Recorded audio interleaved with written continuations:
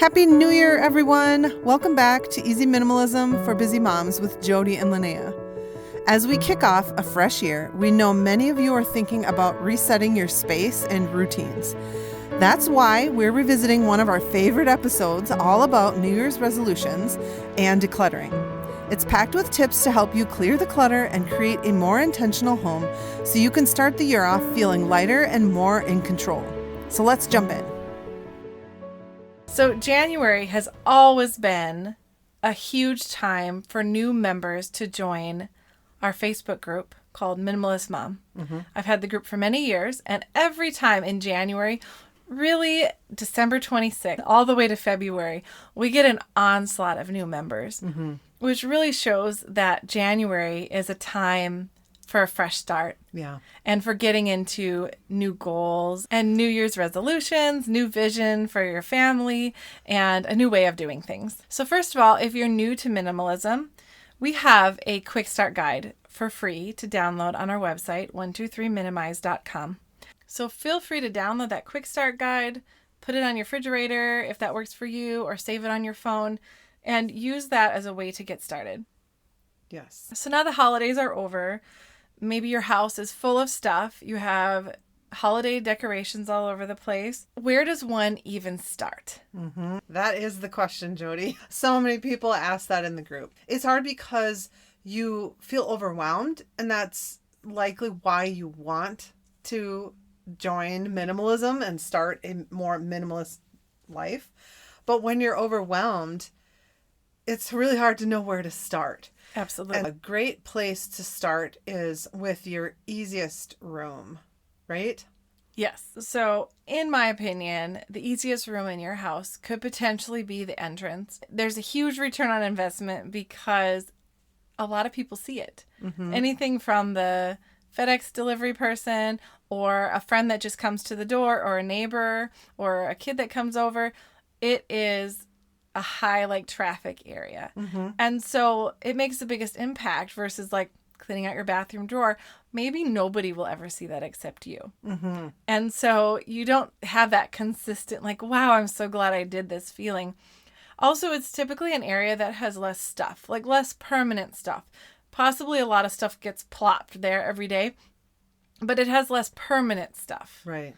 And it's not typically a big storage area, the entrance. So it's pretty easy to dig into it and clean it out and see a huge impact on your life because you're going through that area physically. Yeah. Typically many times a day. Right. And that is so motivating when you can have success with a short period of time and something you see over and over that just brings you joy and peace when you see that part of your home. It's so motivating to keep going. So our tips for the entrance is to just remove everything from the area. Everything that's not nailed down, take it out of there. Deep clean the area. Don't worry about the entry closet. That's a whole nother day. We want to take these in little pieces because we want minimalism to be sustainable. So if you only have 10 minutes, set a timer. Yeah. Work on it for 10 minutes. Right. Be done with it.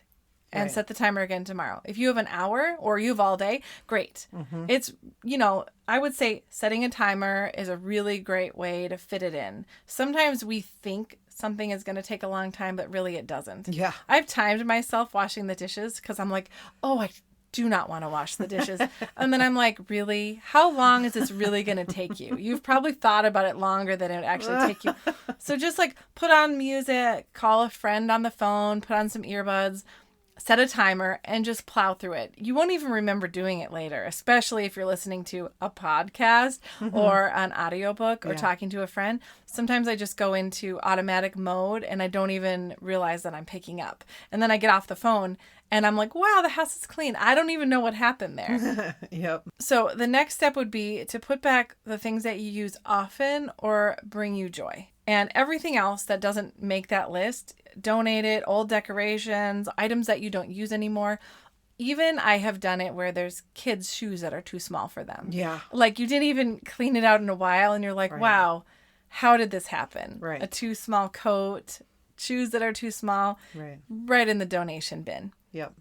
And another tip at the beginning of the month here is to just start a donation box or a bag. Yeah. I sometimes I'll keep it in the garage, and when I find something, I just throw it in the bin, or you can keep it in your trunk. And that way you're not making a lot of trips, but it's out of your house. You've already made the decision. You're not going to make the decision again. Yeah. It's put somewhere. It's out of the way. Right. And you just keep adding to that. And when it gets full, then drop it off somewhere. Yeah. Another thing is you could find your local Buy Nothing Facebook group and then list something. You do have to set boundaries with your time. I always do like first come, first serve or a porch pickup. So I set it out there with their name on it. And I don't have to like set up a time and hand it off to them. It's free, right? So they can just walk up to the door, grab it, and go. And to me, that's just easier. I don't have to like, oh, they're coming in 10 minutes. Oh, they're coming in 5 minutes and be kind of that coordinating with them. I'll just tell them, pick it up whenever you want. It's on the front steps. And that makes it easier for me and probably actually easier for them because maybe they are going to pick it up on their way home from work, but they don't really know what time they're getting done. Sometimes when you're getting started with minimalism in your home, it's easy to get decision fatigue. Like they say, pick up something, do you use it? Is it beautiful and you want to display it? Does it bring you joy? And it's so much decision making. Right. I will say the more that you kind of exercise your decision making muscle, it does get easier. Yeah. You get a lot more decisive. Like you just know right away. In the beginning of it, it was a lot harder. So picking that low-hanging fruit really works for me.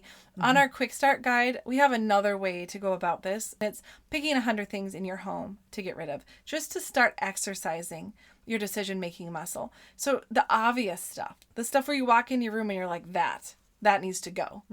And that can be a good like starter challenge to get going in all of this, just to start reaping the rewards of minimalism right away. Yeah. Clearing off the clutter, getting rid of the broken stuff, getting rid of the stuff that's too small for somebody. Yeah. Or whatever, And also practicing gratefulness for the things that you do have, the stuff that you do use and you find beautiful and brings you joy. So maybe you're digging through something and you find a decoration or a painting or a card or something, and it just makes you happy. Well, display it. Put it up for a while, That, I think, can really help to practice that gratefulness and to take time with your stuff and let it bring you joy. Yeah. And of course, if you do have kids, they're always growing, their interests are changing. And so a tip that I have as you get started is you will need to go to the store. The hard part about minimalism and also like a certain food plan is you can't just stop doing it. It's not like other things where you can, okay, I don't want to do this. I'm just going to stop. No, you're still going to have to go into the store. You're still going to have to buy your kids like clothes that fit them when they're growing. Right. And so having the 1 in, 1 out rule is a good idea. So if you're going to refresh somebody's wardrobe, look through their wardrobe with them, of course. And is there anything here that's too small, stained, torn that we can get rid of as we're bringing new stuff into our house? And having that continual thing is really going to help you to stay off of the shopping, purging cycle. Yeah. Where it's a constant, I'm bringing in new stuff. Why do we have so much stuff? I got to get rid of so much stuff. Oh, it's so much work. Constantly in that cycle. Right. Yeah. Well, and I can see how that would take way less mental energy and emotional energy. Building that habit of the 1 in, 1 out, because that's an easy thing. Like you said, if you're buying a new pair of pants and your son's other pants have holes in them, that's easy. You just know those are out. But versus waiting a year and now you have to go through all his clothes. You have to pull them all out. You have to look through all of them. And it's like not just one little quick decision. It's a whole year's worth of decision, and it takes up a big chunk of time, instead of like a habit that you create, a new habit that just builds into your normal everyday life or weekly life that could make it not feel so overwhelming in your mind. Like it's just easier steps instead of this massive project. Right. Because a lot of this is about sustainability and bringing peace into your home and reducing your stress level and giving you back your time. Yeah. So the little things that you can do, it does make a difference. It does. Just 10 minutes and then 10 minutes the next month. And then it does make a difference. Yep. Because you start to do it faster and learn more tips to do it faster. Yeah. And so you get more time back, and your home, the biggest benefit to me that I noticed right away is it is pretty quick to clean our house. Yeah. It used to take me a long time. And now if somebody is coming over 15 minutes, there's not a lot to do. Right. So it's not cleaning all like Friday or Saturday to have someone over. It's not as much of a burden. Yeah. It's just a quick clean, putting stuff back because everything has a place. So putting stuff back. It's not like before where it was too crowded. Right. There was too much stuff and too much got taken out and it was just stuff everywhere. And now my kids have plenty of stuff, you know. We could reduce more always. Try to respect their journey in minimalism so they don't have super reduced stuff as much as I do, but they can pick it up super fast. It's not this hard thing where kids are, I don't want to do it, it's too hard. Because honestly, kids can have decision fatigue too. Oh, yeah. Their rooms can be overwhelming. Yep. And if it's overwhelming to an adult, yeah, I can't imagine what it's like for a kid. Absolutely. And so simplifying as much as possible and teaching them the skills so they don't have to learn it as an adult. They say that New Year's resolutions have an 80% fail rate. So by mid-February, people have stopped doing anything they set out to do in the beginning of the year. So my tip for that is to pace yourself, surround yourself with inspiration. Yeah. Inspiration keeps you going. This is a great time to mention our upcoming January Declutter event. We will be holding a 4-week Facebook event that has been designed to help you reach your minimalist goals. We will provide you with all the tools and the structure that you need to be successful in this event. You will receive a 70-plus page workbook and be part of a private Facebook group for connection and accountability. In addition, you will have access to 2 months free in our membership community for continued support in maintenance mode.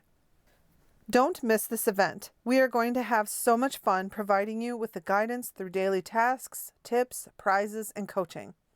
Registration is now open at our website, and we would love to have you join us. We hope you enjoyed delving into this topic with us and found a few tips that might help you on your journey. We want to extend a heartfelt thank you to our amazing listeners for tuning in. Your support and curiosity are what keeps us going. For more tools and resources to help you on your journey toward a simpler life, visit our website, www.123minimize.com. If you found today's episode valuable, don't forget to subscribe to this podcast so you never miss an opportunity to explore new ideas and perspectives. And if you're inclined, leave us a review, which helps to spread the word to others who might enjoy the journey too. As always, feel free to connect with us on Facebook or Instagram to share your thoughts, suggestions, or just to say hi. Until next time, stay motivated. Take care.